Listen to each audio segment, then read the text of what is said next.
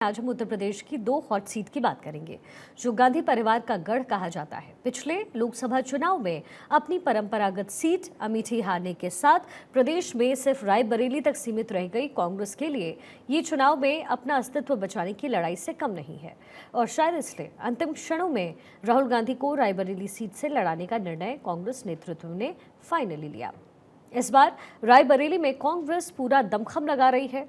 ऐसे में राहुल गांधी के सामने रायबरेली में बीजेपी के बढ़ते सियासी ग्राफ के साथ साथ जीत दर्ज करने की एक अहम चुनौती है।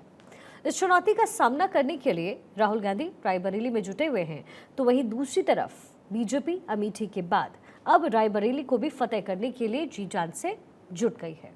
ऐसे में अमेठी और रायबरेली की सियासी जंग पर क्या रंग चढ़ा है और चुनाव के मद्देनजर अमेठी और रायबरेली का पूरा समीकरण समझते हुए प्योर पॉलिटिक्स में आज बात होगी दोनों ही सीटों पर दिलचस्प मुकाबले की।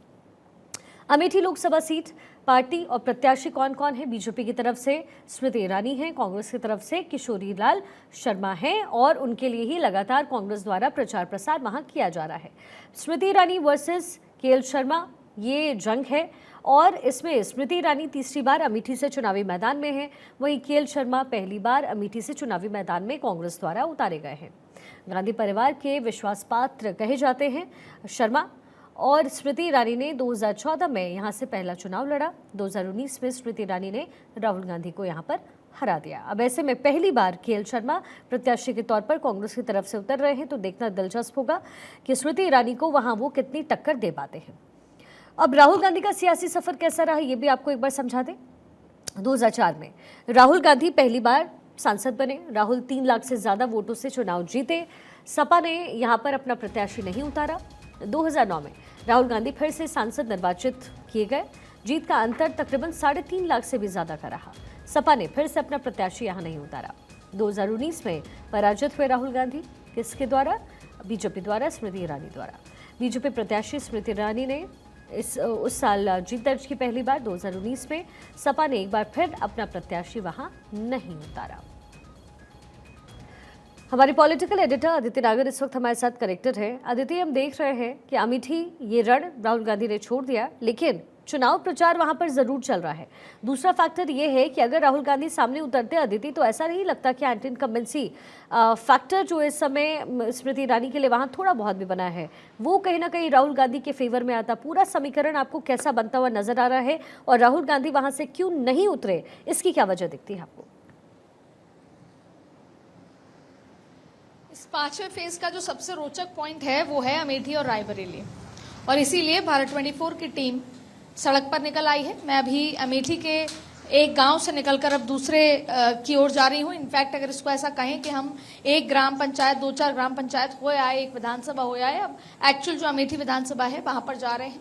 अमेठी में जो पूरा संसदीय क्षेत्र है उसमें 5 विधानसभा हैं और हर एक गांव में जाकर या विधानसभाओं में जाकर लोग क्या सोच रहे हैं और क्या समझ रहे हैं, क्यों इतना कड़ा मुकाबला, इतना रोचक मुकाबला है, इन सब पे हमने बात की।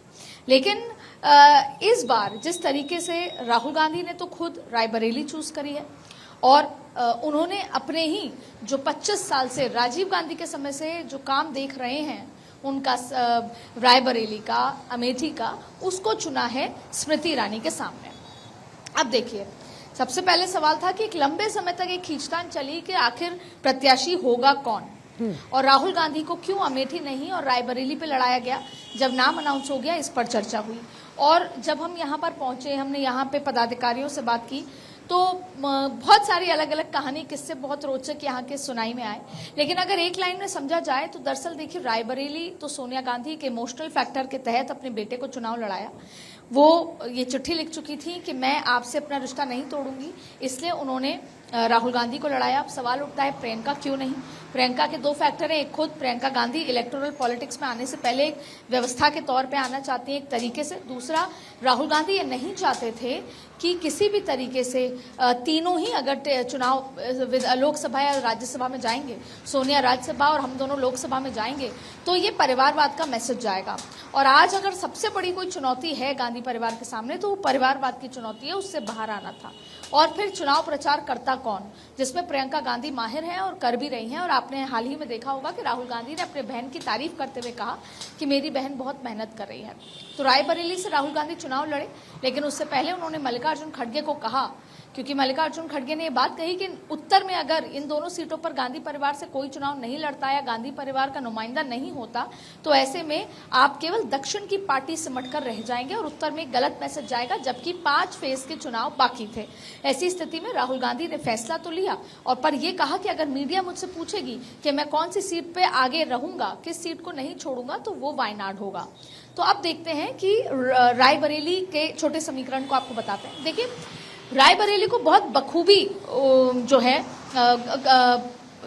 पारसी वोटर बहुत ज्यादा है और कांग्रेस ने वहां पर बहुत कैसे सोनिया गांधी की जो सांसद निधि है उसके डिस्ट्रीब्यूशन, क्योंकि जब मैं रायबरेली गई तो अगर कोई एक बार गांधी परिवार की तरफ से आई, एक तो गांधी परिवार का महिला कनेक्ट इंदिरा जी से, सोनिया जी से, दूसरा सांसद निधि से नाली तक बनी है। ये एक परिवार, कई परिवारों में गांव में मुझे कहा गया कि यहाँ पर हमारी जो नाली बनी है ये सांसद निधि से बनी है। जब हम इसकी तह में गए कि किस तरीके से जो सांसद का जो पैसा डिस्ट्रीब्यूट होता था वो घर घर तक पहुंचा है, तो उसकी वजह थी KL शर्मा। वो KL शर्मा थे जिसका नाम ही सांसद निधि पैसे डिस्ट्रीब्यूशन को KL शर्मा मॉडल कह दिया गया और उस KL शर्मा मॉडल में हर एक वार्ड में भी पैसा जाता था और फिर डिस्ट्रीब्यूट होता था।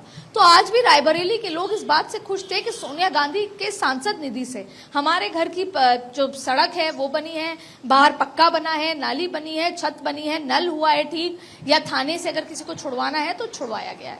तो ये एक व्यवस्था है, उससे काफी ज्यादा रायबरेली के लोग इंप्रेस्ड हैं। अब बात करते हैं बीजेपी की कि दिनेश प्रताप सिंह ही क्यों। देखिए, केवल रायबरेली से उनको भेजना था, चुनाव लड़ाना था, इसलिए उनको सबसे पहले मंत्रिमंडल में भेजा गया। अब सवाल करेंगे कि अदिति सिंह का भी नाम आया, यहां तक कि वरुण गांधी का भी नाम आया, तमाम ऐसे नाम आने के बाद दिनेश प्रताप सिंह ही क्यों।